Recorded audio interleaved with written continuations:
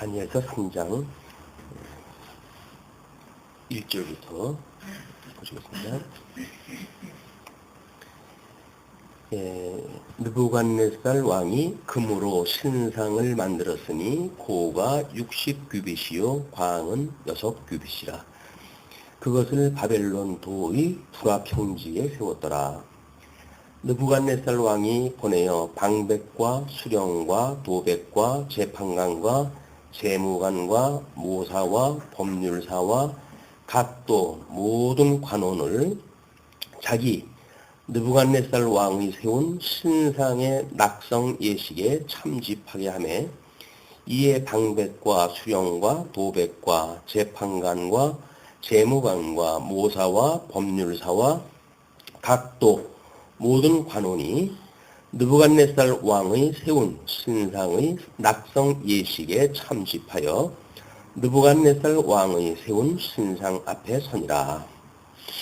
반포하는 자가 크게 외쳐 가로되 백성들과 나라들과 각 방언하는 자들아, 왕이 너희 무리에게 명하시나니 너희는 나팔과 피리와 수금과 사명금과 양금과 생황과 및 모든 악기 소리를 들을 때에 엎드리어 느부갓네살 왕의 세운 금신상에게 절하라. 누구든지 엎드리어 절하지 아니하는 자는 즉시 극렬히 타는 풀무에 던져 넣으리라 하며 모든 백성과 나라들과 각 방언하는 자들이 나팔과 피리와 수금과 사명금과 양금과 및 모든 악기 소리를 듣자 곧 느부갓네살 왕의 세운 금신상에게 엎드려 절하니라. 오늘은 다니엘의 두 번째 시험이라고 하는 제목으로 일단 제목을 잡았습니다. 본문에 이 본 사건에 다니엘은 등장을 하지 않습니다. 근데 기록자임에도 불구하고 다니엘이 등장하지 아니하는 가운데 아주 어떤 일이 일어나고 있는지를 살핌으로 해서 이제 그 다니엘을 높은 직위로 두었던 그 느부갓네살이 그 하부 시기심에 찬 그런 여러 직임자들이 될 것 같아요. 더군다나 이제 술사들로 해가지고 일을 하는 자들은 많은 시기심이 있었을 터인데 그들에 의해서 고발되어지는 이걸 통해서 하나님께서는 그 금신상에 절하지 않는 자들이 이제 어떻게 살아나는지에 대한 그 생명을 누가 붙들고 계신지에 대한 건 이제 소개가 되어집니다. 이 내용으로 해서 우리는 다니엘의 세 가지 시험이 이제 본 우리 다니엘서에서 우리 제목으로 잡아놨는데, 첫 번째 시험은 다니엘과 물론 세 친구들과 그리고 바벨론에 있었던 모든 술사들이 포함되어져 있는 내용이었어요. 오늘은 바벨론의 친구 세 친구에게만 이제 닥치는 시험입니다. 그리고 이제 세 번째 다니엘만 혼자 이 사자굴에 갇히게 되어지는 시험이 있기 때문에 세 가지 시험 중에 두 번째 시험에 해당되어지는 건데, 아마 첫 번째 시험과 두 번째 시험은 어떤 신상이라고 하는 하나의 주제로 묶여져 있는 거기 때문에 첫 번째 시험은 일단 그 신상에 나오기 전에 있었던 사건이고, 그 다음에 이제 오늘 우리가 확인하는 이 신상에 절하는 사건은 그 신상을 통해 가지고 보여줬던 제국에 대한 예언, 그 내용에 그 신상을 이제 경배하지 않는 자를 하나님께서 어떻게 붙들어 주시는지 이거에 대한 확인 내용입니다. 그러니까 아마 내용적으로 그렇게 이제 의미가 연결이 되어져요.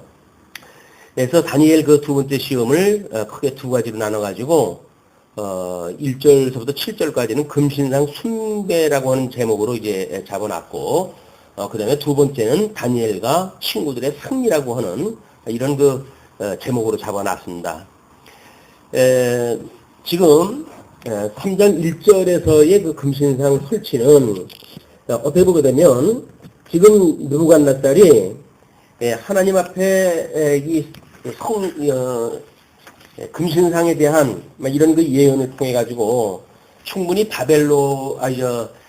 지금 다니엘을 통해 가지고 신상의 그 꿈에 대한 해몽이 있었고 그 금신상은 결국 뜨인돌에 의해서 멸망되어진다고 하는 것이 지금 선고가 되어졌는데도 불구하고 이제 부귀 영화의 극에 달한 느부갓네살은 금으로 신상을 만들게 되어집니다.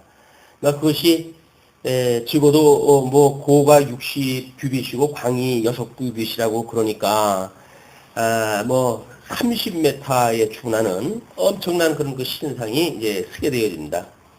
그걸로 해가지고 아마 자기의 위상을 드러내기 위한 그런 그 일이 아닌가 뭐 이런 그 생각이 들어요.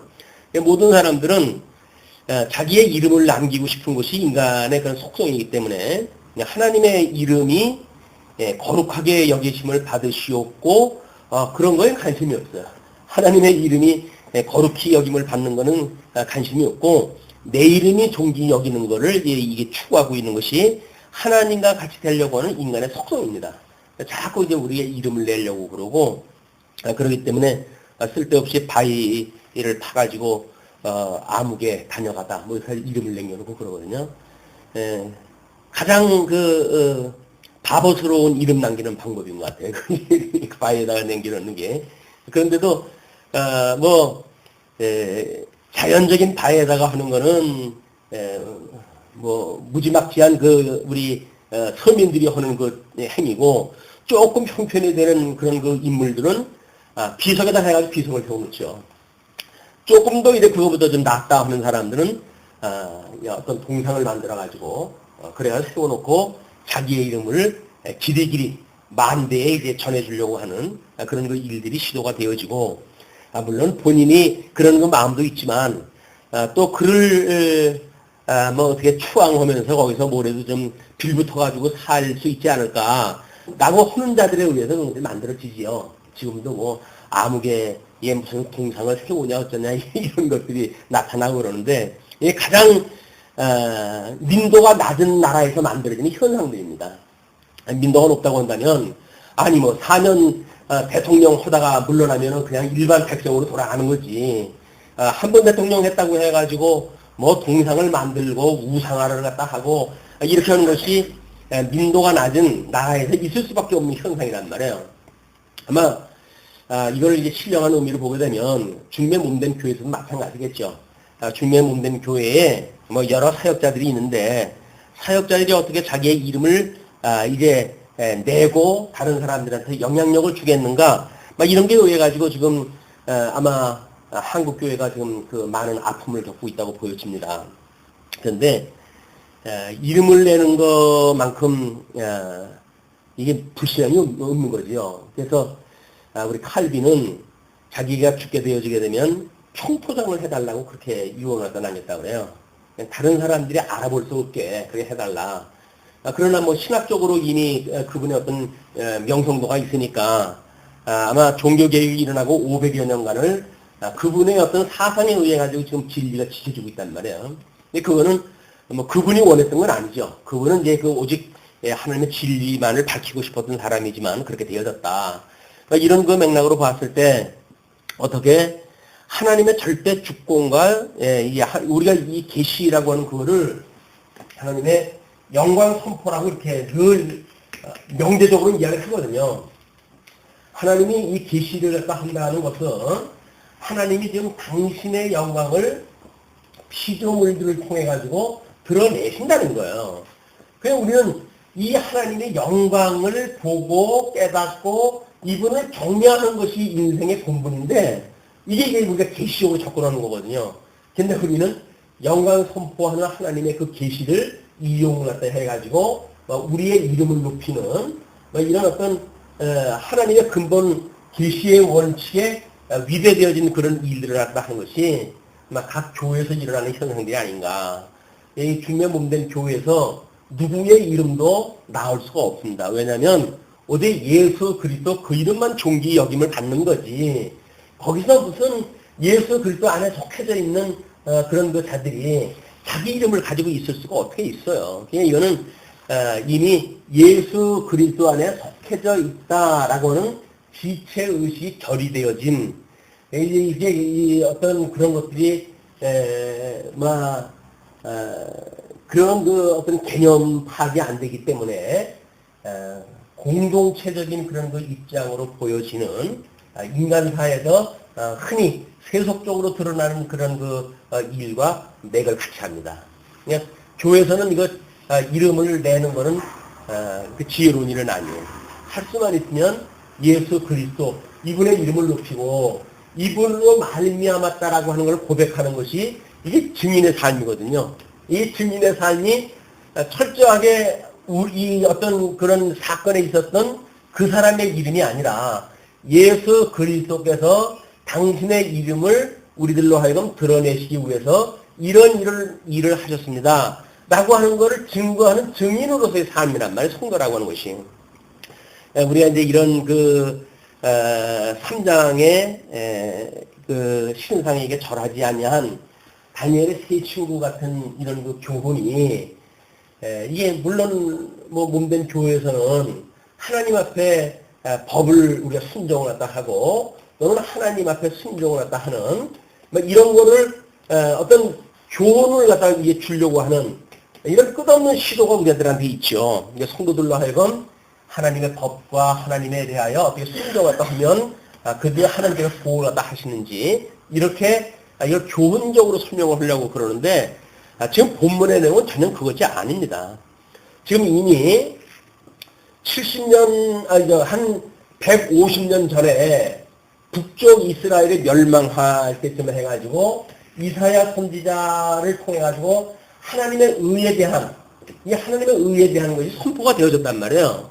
그러니까 북쪽 이스라엘이 멸망하기 전에 이스라엘의 그 모든 12지파 백성들에게 하나님의 의가 선포되어졌는데, 그 다음에 이제 남쪽 유다가 멸망할 때, 그때 지금 예레미야, 에스겔, 다니엘서가 지금 선포가 되어지고 있는 거니까, 이건 철저하게 150여 년 전에 이미 하나님께서 언약하셨던 그 내용이 지금 구체적으로 어떻게 성취되어지는지를 증거하는 이런 그 내용일 수가 있죠. 그래서 다니엘이 1차적으로 예레미야의 70년 포로가 준 그 의미를 깨달아가지고 이제 자기 그 다니엘서에다 기록을 남겨놓거든요.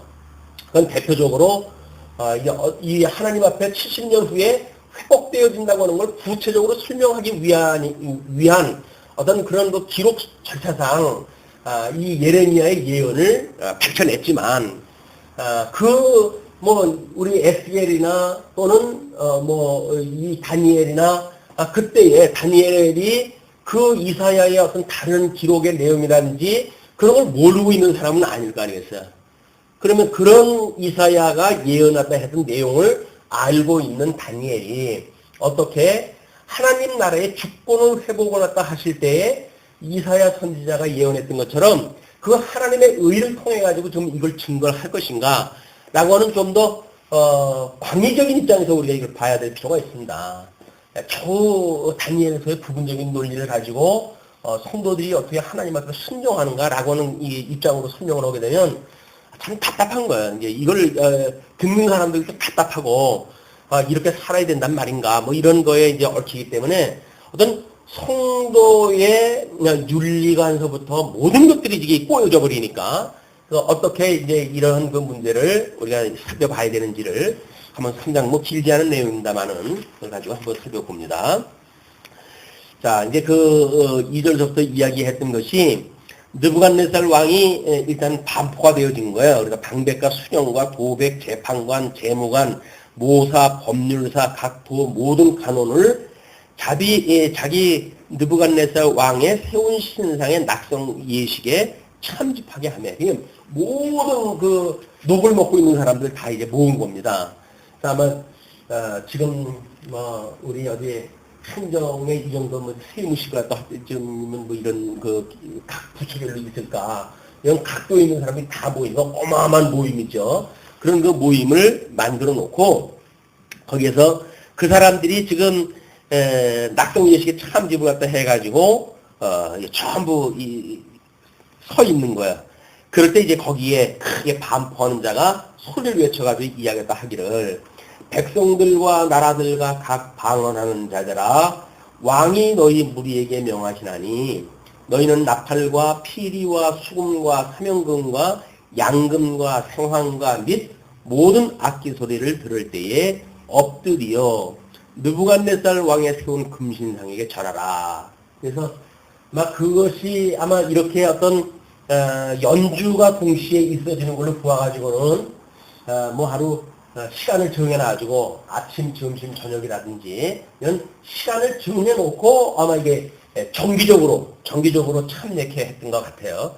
왜냐면 아마 이제 다니엘이 뭐 이제 그 예루살렘을 향했을 때에 하루 3차례씩 기도하는 걸로 보아가지고는 막 이때의 그런 이 사람들도 충분히 흉내낼 수 있는 일이라고 보여집니다. 그래서 때가 되면 그쪽을 향해서 이제 절을 갖다 하게끔 하고, 지금 회교권에서 보게 되면 하루 3차례씩 그 사람들도 뭐 어디에 있든지 마찬가지예요. 그래서 자기네들이 정해져 있는 장소를 향해 가지고 절을 갖다 하고 뭐 이렇게 해가지고 예배를 갖다 드리는 일이 있습니다. 그러니까 이런 어떤 절을 해가지고 어떤 방향을 향해서 어떤 정해진 시간을 가지고 이것이 시간과 공간과 형상이라고 하는 그 제한되어 있는 방법으로 지금 예배를 드리게 하는 방법, 이것이 만약에 우리가 이 교훈으로 삼아가지고 성도가 신앙생활을 한다고 한다면 성도들의 신앙생활도 이 시공형적인 어떤 예배생활을 뛰어넘을 수가 없죠. 우리가 신령한 예배라고 하는 것은 이걸 뛰어넘는 일인데, 물론 뛰어넘는다고 해도 무시하는 것이 아니죠. 내재적으로 초월되어진 이런 개념을 가지고 우리가 예배를 하는 건데, 시간과 공간과 형상의 어떤 제한을 받게 되어지게 되면, 뭐 공간 같은 경우에 예를 들어서 뭐 일정한 어떤 그런 장소를 만들어 놔야 되고, 막 그래가지고 사람들이 그 공간에 모여서 공간에 어떤 형상을 뭐 세워놓는다든가 뭐 이런 것들이 있단 말이에요. 또 어떤 사람들은 지금 뭐 우리 개신교도 지금은 강대상에다가 뭐 촛불을 갖다 켜놓는 데도 있다고 그러는데, 이미 촛불 켜놓으면 조금 좀 이제 떡상 올라오겠죠. 향불 올라오고 이렇게 어떤 시각적으로 사람들을 뭔가 묶어내려고 하는 작업들, 이것이 결국은 우상 숭배라고 하는 이 어떤 울타리를 넘어갈 수가 없습니다. 눈에 보이는 거예요, 우리가 되니까. 그래서 안목의 정욕을 따라가지고 예배를 갖다 하는 것도 마찬가지예요. 뭐 어떻게 보게 되면 거대한 예배당에서 여기에는 수백만 원짜리 그 거대한 나무가 양쪽에 늘어서 있고, 거기에 수종으로 만든 강대상 있고, 그 다음에 피카반짝한 조명과 수백만 원, 수백만 원, 억대라든가요. 음향시설에 이런 걸 통해가지고 뭔가 이제 연출을 갖다 하려고 하는 것이 시도가 되어지는 것이 여기에 갖춰져 있는 예배의 형식이란 말이에요. 끊임없이.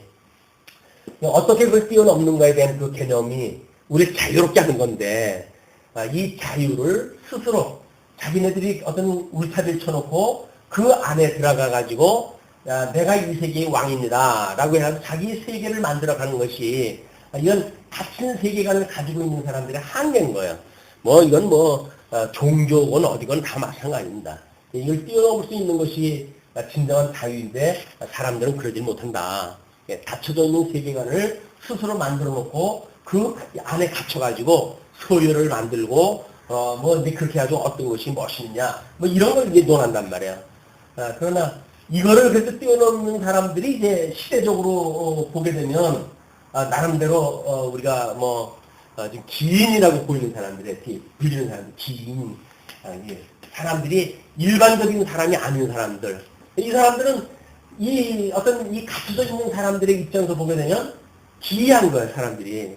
어떻게 저러고 사냐, 인간이. 그래가지고 이 사람들은 거릴 것이 없이 살고 있으니까 이것이 어떻게 우리가 세계관을 가지고 있는가에 대한 이런 맥락에서 만들어지는 일이라고 보여집니다. 그래서 성경을 통해 가지고 우리가 하나님에 대한 신지식이 성경적으로 이것이 우리가 형성되어 있다고 한다면 우리들이 가지고 있는 세계관이라고 하는 건 자연스럽게 만들어지는 겁니다. 그래서 이 성경 신학을 통해 가지고 하나님에 대한 지식을 우리가 깨닫고, 그럼 과연 어떻게 이런 어떤 내재적으로 초월되어져 있는 세계관을 가지고 우리가 신앙생활을 할 수 있는가? 이것이 아마 우리 교회 이상으로 본다고 한다면 뭐 현실적인 목표가 있는 게 아니잖아요. 계시의 영광을, 계시의 영광, 기업의 영광, 의의 영광, 이걸 그냥 배우고 익히는 거란 말이에요. 배우고 익힌다라고는 어떤 현실적인 공부의 방식이 있는가 하면 그거를 뛰어넘을 수 있는 뭐 우리 하나님의 영광을 배울 수 있는 것이 있다고 한다면 그렇게 할 수가 있는 거죠. 우리조차도 이 안에 갇히게 되면 우리 틀 안에 있지 않은 사람들에 대하여 이러고 저러고 우리가 판단할 수밖에 없단 말이야. 그러나 하나님께서 우리가 이렇게 좀 뛰어넘은 이 내재적으로 초월되어져 있는 세계관을 갖게 되어지게 되면 어떠한 그런 그 방식도 우리의 어떤 그런 성경 신학적인 지식을 가지고 그거를 수용할 수가 있다. 비판적으로 수용할 수가 있다. 아마 이것이 성경 신학이 지향하는 방향입니다. 어떤 작은 틀에 갇혀가지고 대단한 시비 가지고 그러다가 인생 보낼 것이 아니라 하나님께서 얼마나 많은 그런 이 세계의 모든 만물을 가지고 크신 영광을 계시했는데 겨우 우리들이 알고 있는 세계관에 갇혀가지고 우리가 스스로 나를 속박하고 나를 속박한다는 이야기는 옆에 사람을 인정하지 못한다는 이야기니까 이런 게 갇히게 되어진다. 뭐 이런 좀 아마 본문에서 말하지 아니한 어떤 그런 한간의 이야기도 더불어서 한번 생각을 해봤으면 좋겠습니다. 그래서 그렇게 뭐 각양 이 악기를 동원했다 해가지고 이 찬양을 딱 하게 되어지는데 물론 다니엘의 그 세 친구가 그런 예배의 형식을 본다고 한다면 그 사람들은 정말 자기네들이 그 여호와 하나님 앞에 어떻게 예배를 드리는지에 대한 것을 알고 있는 사람의 입장에서 보게 되면 이 소꿉장난 같은 것에 내가 예속되지 않으리라 나가는 믿음을 가질 수가 있죠. 그것이 아마 세 친구들의 그런 결단이 아니었는가 이렇게 생각이 듭니다. 그것이 용납할 수 있는 건 모르지만 우상 숭배라고 하는 그런 그 형식인데 저 여호와 하나님을 알고도 우상 숭배라고 하는 틀에 갇힐 수는 없잖아요. 이것이 우리에게 예배 시간에 어떤 판서를 한다든지 이런 거는 기존의 어떤 예배관에서 보게 되면 아주 불경스러운 일입니다. 이게 예배를 나름대로 뭐 거룩하게 단을 좀 높여가지고 뭐 좀 구색을 맞춰가지고 이렇게 해야 되는데 뭐 예배 시간에 판설한다든지 이게 있을 수 없는 일 아니겠어요. 뭐 좀 거룩하게 일을 뭐 만들어가지고 이렇게 해야 되고 그러는데 근데 그걸 뛰어넘지 못하게 되면 우리는 갇혀버리고 마는 거예요. 이제 그게 보수라고 하는 이름으로 해가지고 나름대로 형식을 묶어내는 일들입니다. 이걸 뛰어넘는다고 하는 것이 이제 개혁적인 그런 그 일인데 이 개혁이라고 하는 것이 원치 없는 개혁이라고 한다면 세속으로 그냥 끊임없이 갈 수밖에 없죠. 바람 대로 갈 수밖에 없다. 성경적인 원리에 따라 가지고 이 개혁의 수위도 조정을 할 필요가 있는 거죠. 자, 이제 그렇게 절하라 그런데 거기서 이제 단서가 붙게 되죠. 누구든지 엎드려 절하지 아니하는 자는 즉시 극렬히 타는 풀무에 던져 넣으리라 하며 이거는 지금 이렇게 예배를 갖다 하라 라고 하는 것에 대한 거는 그냥 뭐 우리 양대 언약의 성격처럼 그냥 절대적인 거야. 그거는 특별히 그것이 자기네들 그때 시대에 있어서 왕 대군주인 느부갓네살이 했던 거기 때문에 절대적인 거야. 그런데 거기에서 절하지 아니하는 자는 지금 풀무불에다 집어넣는다라고는 행위에 따른 벌칙이 주어지잖아요. 이 가운데 하나님의 은혜를 믿고 있는 사람들이 지금 느부갓네살이라고 하는 사람들이 가지고 있는 이 법을 어떻게 뛰어넘는 구속의 은혜를 갖다 해가시는지 우리 이걸 이제 볼 필요가 있다는 겁니다. 이렇게 보여야 세상 권세를 가진 자 앞에서 살아가는 성도들의 삶이 어떻게 살아가는지를 알게 되죠. 우리가 이 세상에 있는 형식이 그냥 갇혀버리게 된다면 이 하나님의 은혜가 믿어지지 않는다고 한다면 여기 절할 수밖에 없어요. 그러나 만약에 우리 하나님의 은혜를 깨닫게 되어진다고 한다면 여기서 죽으면 죽으리라라고 하는 여기가 결단이 나오는 거죠. 죽으면 죽으리라라고 하는 결단이 나올 수가 있고 그때 하나님께서 무엇인가 일을 더 지어쓰려고 한다면 살아서 그 일을 하게 하실 거고, 아니면 하나님이 이제 우리 불러가시겠죠. 그건 우리가 순교라고 이렇게 이야기합니다. 순교. 순교라고 하는 것은 하나님의 적극적인 하나님의 증인자들이 하여가는 일 아니겠어요, 이게. 그래서 이 순교라고 하는 그 뜻은 증인이라고 하는 뜻과 이게 맥을 같이 합니다. 이 증인이라고 하는 건 철저하게 자기가 죽는 일 아니에요. 자기가 죽는 일이기 때문에 순교라고 하는 거고 좀 맥을 같이 하고 있다. 자, 그렇게 하면서 모든 백성과 나라들과 각 방언하는 자들이 나팔과 피리와 수금과 사명금과 양금과 및 모든 악기 소리를 듣자 곧 느부갓네살 왕의 세운 금신상에게 엎드려 절을 하느니라. 어쩔 수가 없잖아요.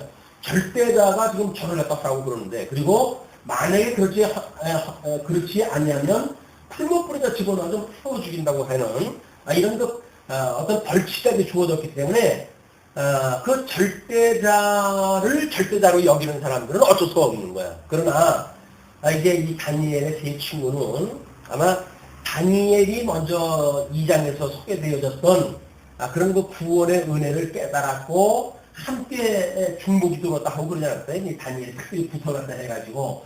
그래서 어떻게 그런 위기 가운데 우리 하나님께서 살아계신 하나님께서 자기네들을 보호하시고 그리고 그들을 구원해 가시는지를 더욱 믿음이 확신을 갖게 되어졌겠죠. 2장에서. 그러니까 지금 그 다니엘의 세 친구는 2장으로부터 만들어진 다니엘을 구원을 갖다 해내는 다니엘뿐만 아니라 모든 출계까지도 그 절대자의 그런 어떤 공부 속에서 구원을 갖다 해내는 역사를 목도했고, 이렇게 이제 그런데 그 절대자가 만들어 놓은 자기하고 동일시되어진 지금 이 동상을 만들어 놓은 거 아닙니까? 금신상을 만들어 놓은 거 아니겠어요? 자기의 이 동일시하는 그런 동상을 만들어 놨으니까 그때 그렇게 하나님을 믿는 세 친구가 어떻게 은혜를 깨달은 행위가 나타나는가. 이제 그것이 그 8절부터 이제 소개가 되어지는 겁니다. 그때에 어떤 갈대아 사람들이 나와 유다 사람들을 참소하니라. 그래서 갈대아 사람들이라고 한다면 지금 바벨론 지역에 뭐 본토 사람들일 수가 있겠죠. 그런 사람들이 자기네들이 뭔가 이게 그 주도를 갖다 하고 그래야 되는데 다니엘이 상당히 높은 소유를 차지하게 되어지고, 그리고 세 친구도 각 도에 높은 지위를 차지하고 있고, 뭐 이 성경에 나타난 거는 그렇지만 그분들이 그렇게 지위를 차지하고 있다고 한다면 아마 지위에 있는 자들을 많이 이제 어떤 그런 이 바벨론의 여러 가지 지위를 줘가지고 일을 갖다 해가지 않았을까, 우리가 생각해 볼 수 있는 겁니다. 그러니까 당연히 갈대아 사람들이 시기심이 났겠지요. 유다 사람들을 참소합니다. 그러니까는 이 행위가 나타났을 때 이것이 사단 권세가 끊임없이 미혹을 하는 거예요. 이 미혹을 하는 그것이 물론 사단이 어떤 그 미혹자를 미혹을 시켜가지고 일을 해야 되겠죠. 시기나는 마음을 줘가지고 그들로 하여금 고속해 하고, 사단은 이제나 저제나 하는 일이 고소하는 일이에요. 고발을 갖다 해가지고 그의 죄를 고발했다 해가지고 어떻게든지 자기의 그 부활을 삼으려고 하는 것이 사단이 해가는 일이기 때문에 고소를 갖다 합니다. 그때 그 고소하는 자들이 특별히 그 어떤 절대자 앞에서는 어떻게 아부를 떠는지 그것이 아주 예쁘게 여기서 나오죠. 그들이 느부갓네살 왕에게 고하여 가로되 왕이여 만세수를 하옵소서. 이 절대자인 거예요. 그 느부갓네살은. 그래서 그렇게 인정하는 자들에 의해서 왕이여, 왕이 명령을 내리사 무릇 사람마다 나팔과 피리와 수금과 사명금과 양금과 생황과 및 모든 악기 소리를 듣거든 엎드리어 금신상에게 절할 것이라. 누구든지 엎드리어 절하지 아니하는 자는 극렬히 타는 풀무 가운데 던져 넣음을 당하리라 하지 아니하셨나이까? 라고 해가지고 지금 절대자 느부갓네살 그 왕이 제시했던 그 문안을 하나도 바꾸지 않고 그대로 이야기를 해요. 결국은 느부갓네살이 자기가 그런 명령을 내렸는데 자기가 내린 명령에 의해서 자기가 족쇄가 되어져가지고 결국은 이제 그 친구들, 다니엘의 친구를 죽일 수밖에 없는 그런 그 위치에 올라가게 되어지는 겁니다. 그래서 이 세상의 법이라고 하는 것은 절대자가 만들어 놓고 결국 절대자가 그 법 때문에 망하게 되어집니다. 뭐 지금 뭐 우리나라도 이제 뭐 국가 개정이 논의해가지고 심각한 이런 그 이야기들이 나오고 그러는데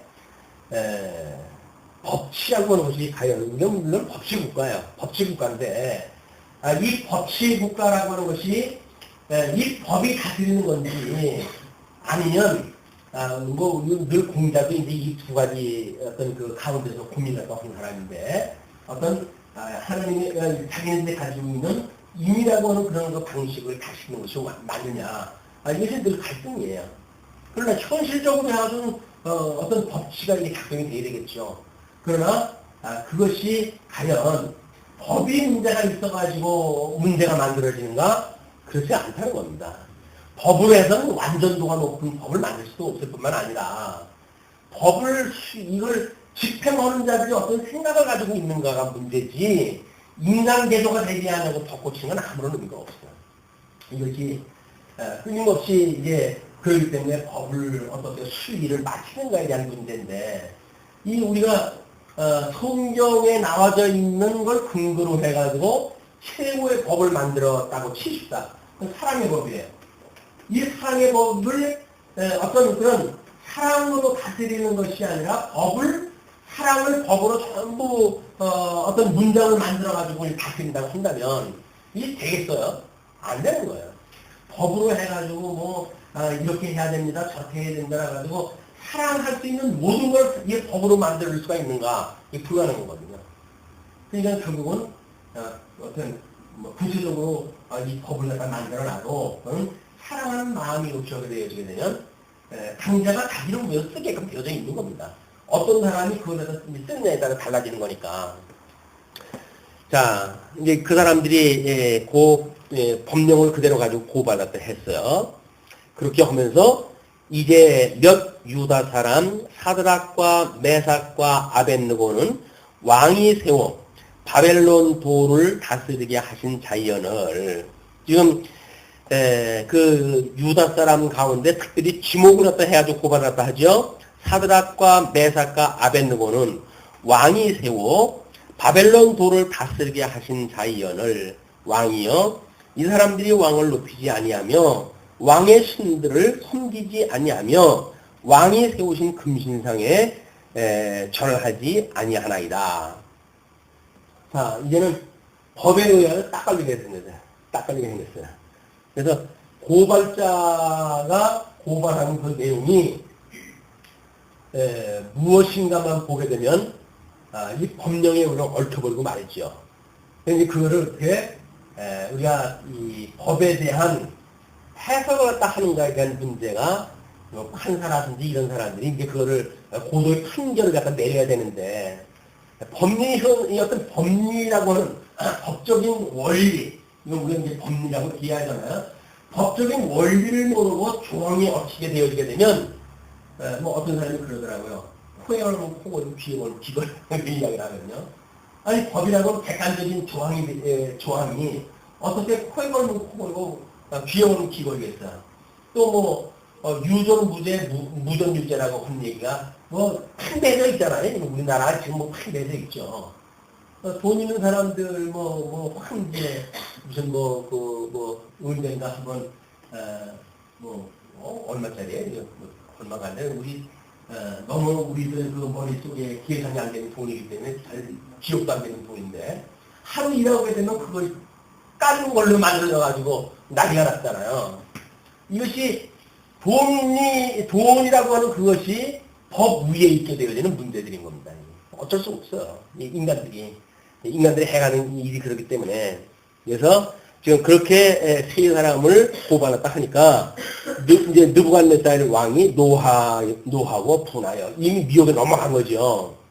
그러면서 사드락과 메삭과 아벳느고를 끌어오라 명함에 드디어 그 사람들을 왕의 앞으로 끌어온지라. 지금 한층 자기 절대자가 자기가 동일시되어진 동상을 세워놨고 그 동상에 모든 사람들이 절을 갖다 하는데 거기 절을 하지 않는 자가 있다고 하는 그 한마디에 지금 이 절대자 느부갓네살 왕은 돌아버리는 거예요, 이게. 감히 나를 갖다 거역하는 자가 있어? 그 이야기 아니겠어요? 이게 세상 군주들이 가지고 있는 악성들입니다. 그래서 이게 높은 자들이 가질 수 있는 함정이에요. 아니, 거지가 만약에 우리가 뭐 동량을 줄 때, 보리밥 먹는 밥을 갖다 그냥 대접을 했다고 칩시다.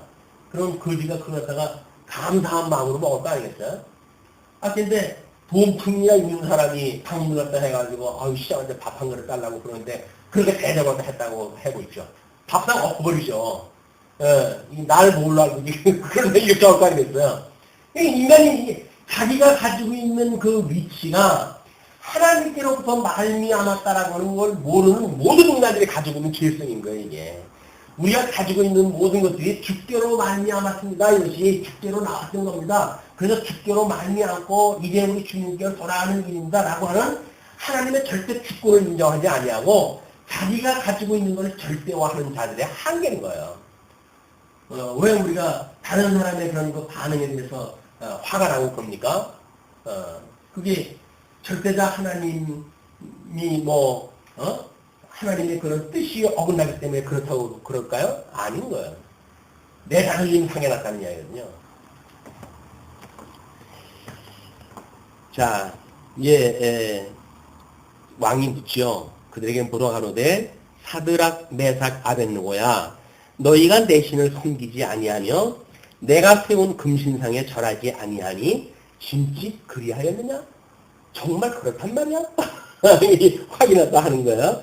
이제라도 관용을 갖다 보여줍니다. 이건 절대자라서 최대한의 그 관용이에요. 이제라도 너희가 예비하였다가 언제든지 나팔과 피와 수금과 사냥금과 양금과 생황과 및 모든 악기 소리를 듣거든 내가 만든 신상 앞에 엎드려 절하면 좋거니와 너희가 만일 절하지 아니하면 즉시 너희를 극렬히 타는 풀무 가운데 던져 넣을 것이니 능히 너희를 내 손에서 건져낼 신이 어떤 신이겠느냐? 2장에서 언급되어진 다니엘이 숨기는 신. 우리 하나님이라고 그렇게 지칭을 했잖아요. 지금 느부갓네살이. 그렇기 때문에 다니엘을 이 큰 신, 여호와 하나님이라고 하는 그 신의 제사장으로 여긴단 말이에요. 그래서 다니엘에게 절을 갖다 하고 향품을 드리고 이렇게 예물을 갖다 바쳤잖아요. 그러니까 3장을 우리가 읽어나가면서 왜 세 친구만 지금 언급이 되어질까? 다니엘은 그때 어디가 있었을까? 어디 휴가 갔기 때문에 그런 현장이 없어가지고 지금 이런 어떤 어려움에서 배제가 되어졌을까? 근데 지금 다니엘은 기록자 아니에요. 이 다니엘을 쓰는 사람인데 그 사람이 현장에 없다는 건 맞지가 않잖아요. 근데 어떻게 다니엘 얘기는 쏙 빠져버리고 이 세 친구에 대한 것만 언급이 되어지고 또 느부갓네살은 세 친구에게만 좀 엄풀 내리고 있는가? 그 이야기예요. 누구의 신이 나의 신보다 더 크겠느냐? 그 이야기거든요. 얘는 다니엘을 통해 가지고 이미 큰 신을 맛을 봤어요. 대단한 분.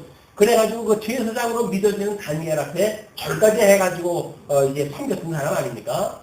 근데 지금 세 친구는 다니엘하고 동족인 건 알고 있지만 이렇게 큰 신을 믿는 사람으로서의 어떤 그런 확인이 안 됐으니까 당연히 지금 이런 시험을 거치게 되어지는 겁니다. 근데 우리가 그래서 아마 다니엘서 2장 48절 49절 보면 이렇게 나와져 있어요.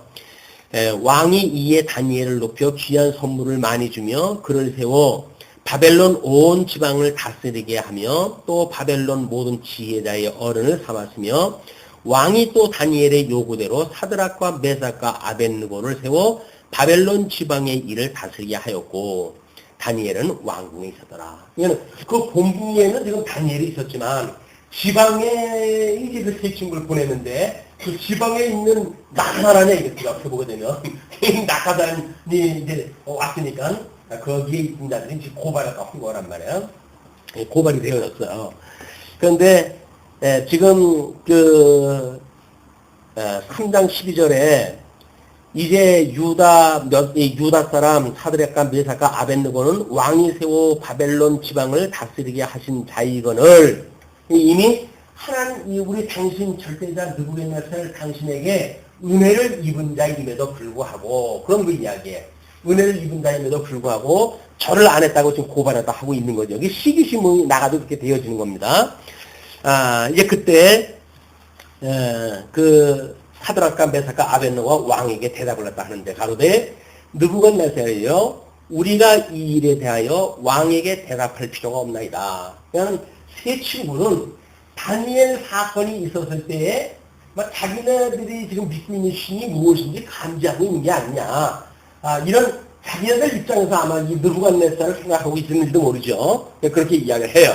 왕에게 대답할 필요가 없나이다. 만일 그럴 것이면 왕이여 우리가 섬기는 우리 하나님이 우리를 극렬히 타는 풀무 가운데서 능히 건져내시겠고 그거예요. 우리가 기도할 적에 그 두 가지 양상이 그겁니다. 하나는 우리가 믿는 사람들의 그 기도는 지금 이 세 친구처럼 하나님 앞에 은혜를 입는 사람이에요. 그 은혜를 받는 방법이 이런 현실 문제, 풀무 속이라고 하는 그 풀무 속에서 구원을 받는 문제가 있을 수가 있어요. 또 하나의 문제는 뭐라고 이야기하다 하냐면 그리 아니하실지라도 우리를 살려주시지 않는다 할지라도 왕이여 우리가 왕의 신들을 섬기지도 아니하고 왕의 세우신 금신상에게 절하지도 아니할 줄을 아옵소서. 이 이야기는 뭐예요? 지금 이 절대자가 시키는 일이기 때문에 이걸 안 하면 저 풀무 속에다 죽인다는 거 아니겠어요? 만약에 하나님이 우리를 살려주시게 되면 사는 거고 만약에 그렇지 않다고 한다면 네가 그 권력을 가지고 죽이겠다고 하는데 그럼 죽을 수밖에 없는 거지. 그 이야기예요. 내가 죽이겠다고 한다면 난 죽을 수밖에 없다. 그러나 절을 하지 않겠다. 이렇게 이야기를 하는 거예요. 이것이 우리가 이 세속에 대한 거를 어떻게 반응에 대한 문제거든요. 우리 세속적인 문화 같은 이렇게 끌고 가는데 그럼 예수님 믿는다고 해가지고 그걸 거절해야 된단 말이냐? 이렇게 이야기를 한단 말이에요.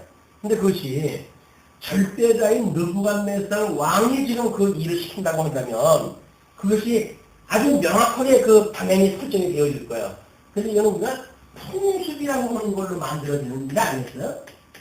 이 풍습이라고 하는 거는 날이 조금 시간이라고 하는 이것이 점점 진행될수록 더욱 뭐가 깊어지는 겁니다. 풍습이라고 하는 것이.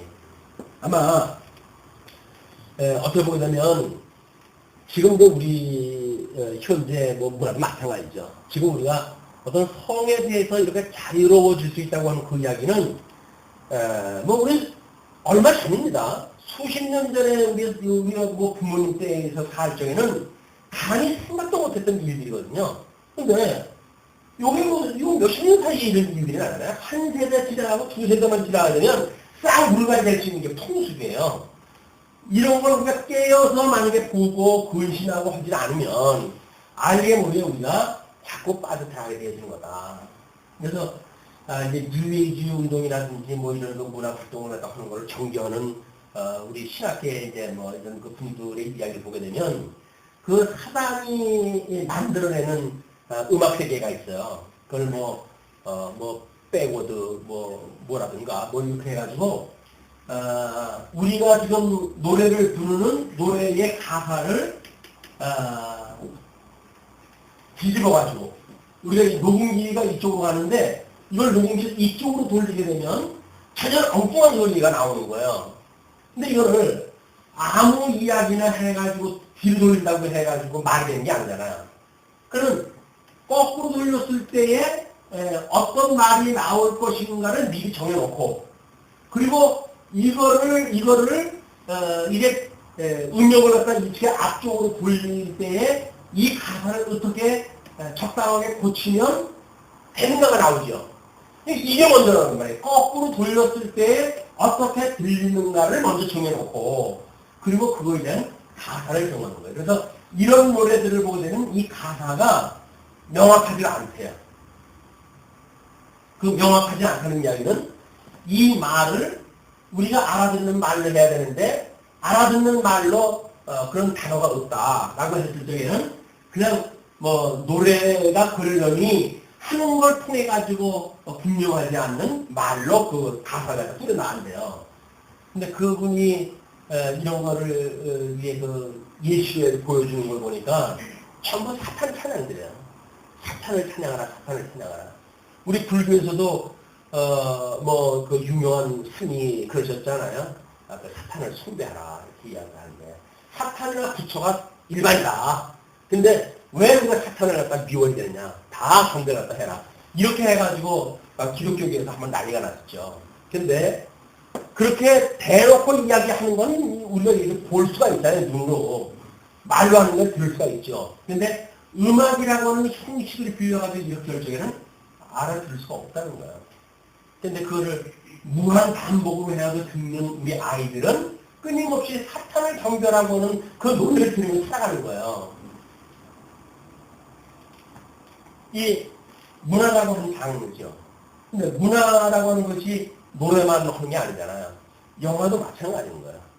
영화의 뭐 자막에 뭐 그런 광고 기법으로 이게 쓰이는 거지만 거기에 뭐 팝콘이라고 하는 거를 눈에 보이지 않는 정도의 차이로 해가지고 계속 그 입력을 시켰더니 그걸 넣지 않았을 때에 사람들이 영화가 끝나고 팝콘을 사먹는 비유라고 그를 넣었을 때에 사람들이 영화가 끝나고 팝콘을 사먹는 비유로 엄청나게 차이가 난다는 거 아닙니까? 그냥 물식을 작용을 시키는 거예요, 이게. 사탄들이. 이게 정신계를 통해서 물론 이들은 하지요. 그러나 사탄이라고 하는 영계를 이 공중곳에 잡은 자에 의해서 미혹의 영들에 의해서 이런 작업이 지금 진행이 되어지고 있다. 우리는 뭐 성경 신학을 공부하고 하나님 말씀 공부하니까 뭐 우리는 어떤 게 와도 우리는 완전 무장되어 있어서 이렇게 생각을 하시는지는 모르겠지만 안 그렇습니다. 아무런 의미가 없어요. 이것들이 공격해오는 거는 우리가 알고 있는 성경 지식을 가지고는 이걸 분별해서 있는 방법이 아닌 거야. 어쩔 수 없이 이런 지금 이 풍습을 따라 살아가는 사람들이 어떠한지를 이런 문화를 통해서 읽어내지 못하면 똑같이 안다고 하면서도 우리는 그 길을 갈 수밖에 없는 거예요. 깨어 근신나라고 하는 그런 그 이야기가 정말 우리들이 지금 이 어두운 지금 현재의 문화가 어두움의 문화로 보이는가? 어두움의 문화가 아니라 이렇게 좋은 세상을 갖다가 왜 어둡다고 그래? 라고 말한다고 한다면 그 다음에 이제 싸움은 이미 무장해제가 되어진 거예요.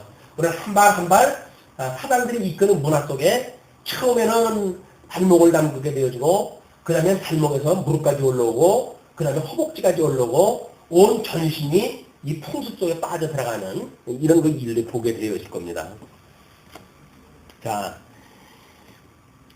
느부갓네살이 화가 났어요. 19절에 이제 그 23절까지 불 속에 던지는 사건이 소개가 되어지는데 느부갓네살이 분이 가득하여 사드락과 메삭과 아벳느고를 향하여 낯빛을 변하고 낯빛이 변했다는 이야기는 지금 아까까지만 하더라도 너그럽고 용납하는 그런 아주 자애스러운 모습으로 이야기했을 거 아니겠어요? 네가 다음부터 그렇게 한다고 하면 용서를 해주마 라고 했었는데 그 말을 거역했다 하니까 바로 낯이 바뀌어요. 낯빛을 변하여 명하여 이르되 그 풀물을 뜨겁게 하기를 평일보다 7배나 뜨겁게 하고 풀물을 뜨겁게 하는 이야기는 뭡니까? 풀무불이 지금 그 풀무에 아마 원료를 가지고 했을 텐데 그냥 그거를 더 많은 양을 넣어가지고 아주 그냥 무지무지 뜨겁게 만들라는 거예요. 7배라고 하는 거는 뭐 숫자적으로 7배가 아니라 그에 대한 온전한 벌을 줄 수 있는 것만큼 올려라. 최고로 올려라. 그런 그 이야기였죠. 군대 중 용사 몇 사람을 명하여 사드락과 메삭과 아벳느고를 결박하여 극렬히 타는 풀무 가운데 던지라 하니 이 사람들은 고의와 속옷과 겉옷과 별다른 옷을 입은 채 결박하여 별다른 옷이라고 하는 그거는 이제 고의 속옷 겉옷을 제외한 이런 그 머리라서는 터번이 아니겠느냐 이렇게 해석하는 분들도 있는데 그 별다른 옷을 입은 채 결박해가지고 극렬히 타는 풀무 가운데 던질 때에 근데 풀무 뿔에다 던졌다고 그냥 설명으로 하면 될 터인데 왜 고의와 속옷과 겉옷과라고 하는 의상을 설명했다고 할까요? 하나님께서 그런 그냥 일반적인 분에도 핥아버리고 말 그런 것까지도 하나도 하나님 손을 못대게 하는 기이한 역사를 보여주셨다라고 하는 걸 지금 강조하기 위한 설명이죠. 그러면서 왕의 명령이 엄하고 풀무가 심히 뜨거우므로 불꽃이 사드락과 메삭과 아벤느고를 붙든 사람을 태워 죽였고 던지려고 하다 보니까 그 앞에 있는 사람들이 오히려 불에 붙어가지고 타 죽는 이 사건이 벌어지고까지 했어요. 이 세 사람 사드락과 메삭과 아벤느고는 결박된 채 극렬히 타는 풀무 가운데 떨어졌더라. 예, 세 친구는 확 던지는 바람에 이제 풀무 속으로 들어갔고 그걸 던지는 사람들은 이 풀무불 근처에서 이미 타 죽는 거야. 그러니까 그 풀무불이 얼마나 극렬했는지를 보여주는 역설적인 그런 표현들이죠. 그러면서 24절로 이제 이런 설명을 하게 되어집니다. 27절에 불 속에 있는 네 사람의 모습이 때에 느부갓네살 왕이 놀라 급히 일어나서 모사들에게 물어 가로되 우리가 결박하여 불 가운데 던진 자는 세 사람이 아니었느냐? 그들이 왕에게 대답하여 가로되 왕이 올소이다. 당신 눈앞에서 세 명 던진 거 당신도 아는데 그 이야기죠. 왕이 또 말하여 가로되 내가 보니 결박되지 아니한 네 사람이 불 가운데로 다니는데 상하지도 아니하였고 그 넷째의 모양은 신들의 아들과 같도다 하고 그냥 기이한 지금 그 일이 벌어졌어요. 그 기이한 일이 뭐냐면 이 느부갓네살이 보게 되어지니까 거기에 지금 세 사람을 분명히 던졌는데 네 사람이 있다는 거야. 네 사람이 있고 또 한 가지는 결박되지 아니했다는 거예요. 그 네 명이 분명히 묶어가지고 던졌기 때문에 결박된 채로 타 죽어야 되는데 결박되지 않았다는 거야. 이게 결박 아마 이제 세 명을 넣었는데 이것이 네 명이 되어졌고 결박이 풀려져 있었고 또 하나는 불 가운데로 다녀요. 걸어다녀요. 불 가운데 다녀요. 그러니까 기동하고 있다는 거죠. 기동하고 있어요. 그냥 살았다는 겁니다. 결박이 풀려 있고 걸어다니고 있고 그리고 상하지도 아니하였고 이건 상하지도 않았어요. 이렇게 이건 상처도 없어요. 이건 불가사의한 그런 그 일이 벌어진 겁니다. 그러면서 거기서 상하지도 아니하였고 그 넷째의 모양은 신들의 아들과 하도다. 여기서 나타난 넷째 이 사람은 신들의 모양이다. 자, 이게 느부갓네살이 고백을 갖다 했던 기이한 현상들이에요. 그럼 여기 하나님의 역사가 지금 이게 진행되어진 거 아니겠어요? 물론 바벨론의 선민국가를 포로로 끌려가게 하신 거예요. 그러면 포로로 끌려가져 있는 이스라엘 백성들을 표현하는 방법이 결박하는 거 아닙니까? 이거 뭐 줄로 엮어가지고 지금 포로로 끌고 가는데 그런데 이 사람들 선민들만 있어야 되는데도 불구하고 선민 외에 또 뭐가 또 있어요. 그렇죠? 그게 지금 신들의 모형이라고 하는 우리 하나님 여호와가 함께 계신 걸 지금 보여주는 거예요. 지금 느부갓네살을 다 봤어요. 그리고 포로로 끌려가서 결박되어져 있는 사람들이 이게 살아가지고 살고 있어요. 포로가 되어서 나 죽었네 하고 살아야 되는데 아니 저러지 말라고 그러는데 바닥바닥 하면서 나는 저를 갖다 해야 되겠다. 난 죽을지언정 저러겠다. 라고 덤벼드니까 이건 보통 좀 살아있는 게 아니죠. 이게 뿐만 아니라 상처도 하나도 없어요. 그렇게 하면 기가 죽어가지고 너 내가 좀 절대자야. 내 말 안 들으면 죽어. 라고 이야기를 하게 되면 겁을 갖다 먹어야 될 터인데 겁을 먹는 것도 하나가 없어요. 이게 지금 선민국가의 이런 그 양상이 금신상을 통해서 보여줬던 네 제국, 이 네 제국의 등장을 다 하지만 끓인 돌이 서가지고 이 네 제국을 무너뜨린다고 하는 사실을 확정시켜주는 사건 아니에요, 이게.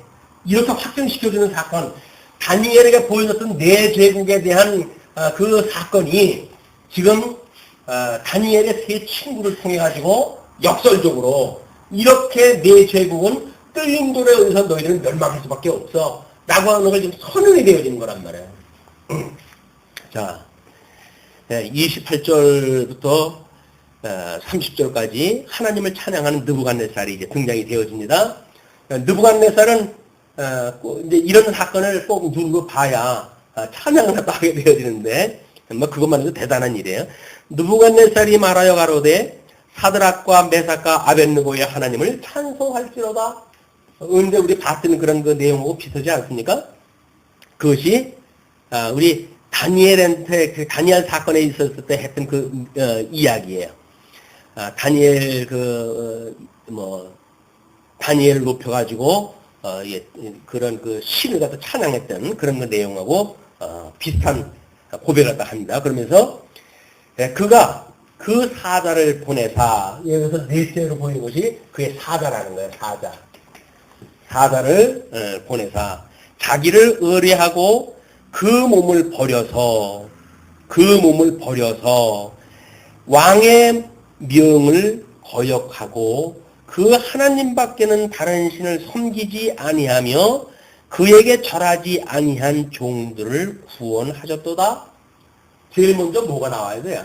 지금 이 느부갓네살이 이 세 친구의 어떤 그런 그 신앙적인 삶을 보니까 첫째는 이렇게 사라져 있는데 그들이 뭐라고 이야기를 하냐면 그러지 아니야. 우리 주님께서 살려주실 것인데 그러지 아니할지라도 우리는 절하지 아니하겠다라고 이야기를 했잖아요. 그 이야기는 먼저 자기 몸을 버린 거예요. 죽어도 좋다라고 하는 그런 것이 이제 나왔다는 거지요. 그것이 지금 느부갓네살이 이야기하기에는 그 몸을 버려서 왕의 이 명을 거역하고 세속의 어떤 우리가 세속을 따르지 않는다 하는 그 이야기는 죽는 일이에요. 이 죄에 대하여 죽고 의에 대하여 살아나야 세상적인 풍습을 따르질 않지. 죄에 대해서 우리가 죽지를 않는다고 한다면 아니 이 좋은 걸 왜 자꾸 버리려고 그러지? 이 좋은 걸 왜 우리 보고 누리지 말라 그러지? 그런 이상한 그 질문이 나오지 않았어요?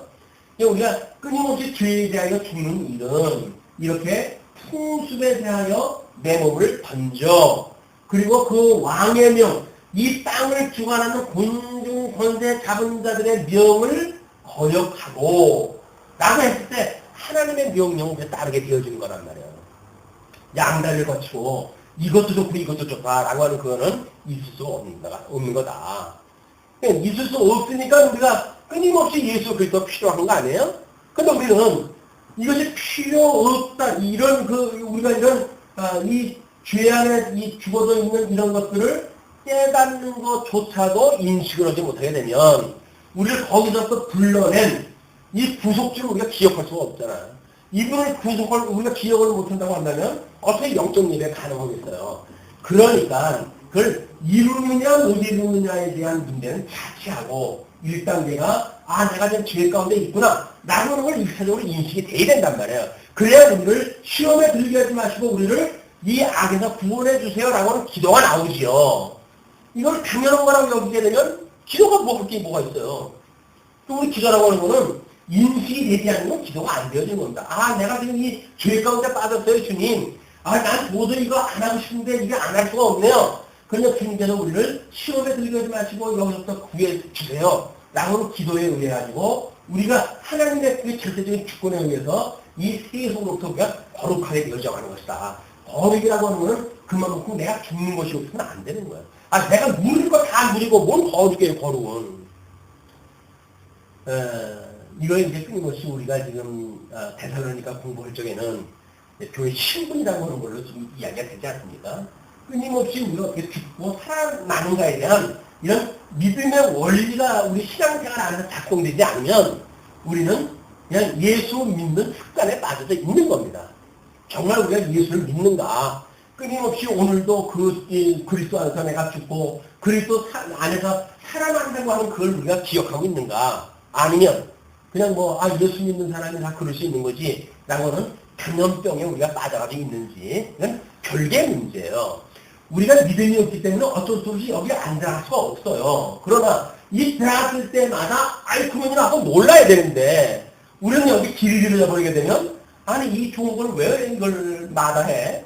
라고 해가지고 이게 나쁜 건지 모른단 말이에요. 예, 예수님께서 지엽 열매를 가지고 이제 그 설명을 했는데 우리가 지엽 열매 먹다가 예수님한테 우리 예수님 구속으로 인해 가지고 하나님 지엽을 갖다 받은 거 아니겠어요? 이걸 다시 먹는다는 건 뭐예요? 지엽 열매 먹는 거예요. 돼지들이 먹는 걸 먹는 거예요. 우아하게 우리가 레스토랑에서 뭐 칼질에 갖다 헐는지 몰라요. 그러나 뭐예요, 결국은? 돼지 열매. 이 돼지의 그 지엽 열매를 갖다 우리가 먹고 사는 거다. 이게 정말 하나님의 말씀으로 우리가 거기서 살아있고 말씀의 의미가 없다고 한다면 그 우아한 게 무슨 의미가 있어요? 세상 사람들이 말씀 때문에 우아한지 모르지. 비싼 거 먹고 뭐 멋있는 데서 나비 타이 메고 우아하게 앉았다고 한다면 세상 사람들이 봤을 때는 아유 참 맛있는 음식 먹어서 좋겠다라고 부러워할지도 모르겠죠. 그러니까 신령 입장에서 보게 되면 돼지 우리간에서 지엽력을 먹고 있는 거예요. 우리는 그걸 갖다 말해야 될 거 아니에요. 그래도 우리조차도 그걸 갖다 분별로 쓴다고 한다면 코막고 답답한 일이죠.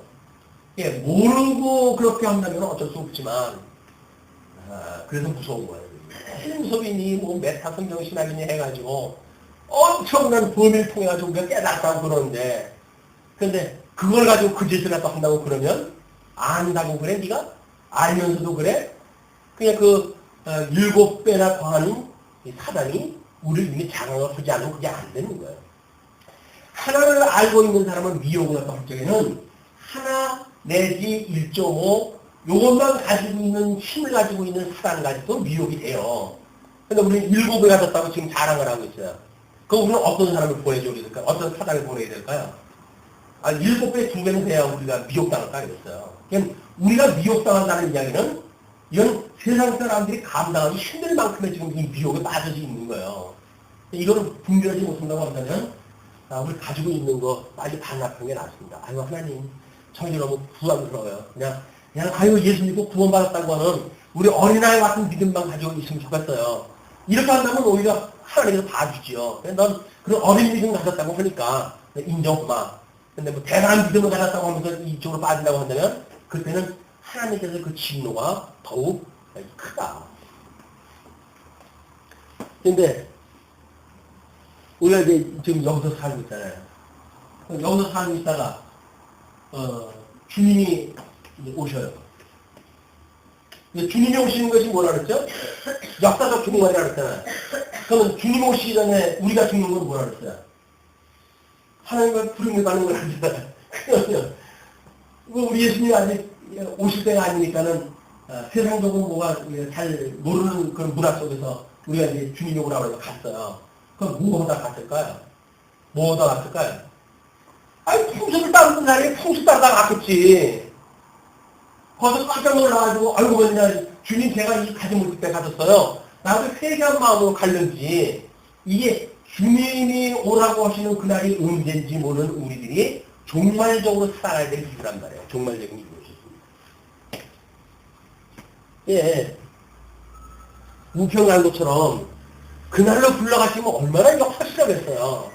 근데 예수 믿고 10년, 20년, 30년, 40년 오랜 세월을 살아가는데 이게 언제 나를 불러가실 때를 알아야지. 제자들이 제일 궁금한 게 뭐예요? 예수님 언제 오셔요? 언제? 왜? 언제 오는 거 알면 얼마 전에 정신 바짝 차리고 뭘 하려고 그러겠죠. 그러나 언제 오시든지 상관없이 내가 언제 오든지 너가 뭔 상관이야. 너 그냥 믿음대로 살면 되지. 그런데 믿음대로 사는 이 종말적인 삶이 풍습에 빠져가지고 살면서 주님이 만약에 그때 오시면 어떻게 할까? 라고는 경계심을 가져야 되는 이유가 있지 않느냐. 자, 일단 그렇게까지만 하고, 자, 그렇게 하니까 사드락과 메삭과 아벳느고의 하나님께 설만이 말하거든. 그 이야기에 지금 조서를 내려가지고 각 백성과 각 나라와 각 방언하는 자가 무릇 사드락과 메삭과 아벳느고의 하나님께 설만이 거만스럽게 겁없이 이렇게 말을 갖다 하거든. 그 몸을 쪼개고 그 집으로 걸음터를 삼을지니 이는 이같이 사람을 구원할 다른 신이 없음이니라 하고. 근데 사실은 이 친구를 고발한 자는 느부갓네살을 충동을 했다 해가지고 그 3명을 죽이려고 했던 거 아니겠어요? 근데 느부갓네살 정신을 차리고 보니까 저 나를 미혹하는 자들은 말 잘못 들었다가는 이건 나까지 괜히 이게 죽게 생긴 거 아니겠어요? 그러니까 나를 빌미로 해가지고 고발하는 자들 이건 토막을 내버리겠다 내가.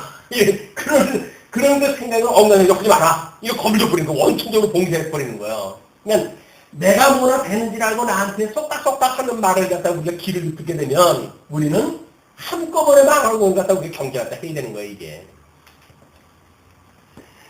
왕이 드디어 사드락과 메삭과 아벳느고를 바벨론 도에서 더욱 높입니다. 더욱 높여놨어요, 이제. 더, 설만이 고발할 자도 없게끔 이제 만들어 놨으니까. 아마 이제, 우리 나중에, 우리 다니엘이 이제 시험 당할 때 가게 되면, 비로소 셋째 자리까지 이제 올라가게 되어지는, 그런 그 영광을 보게 되어집니다.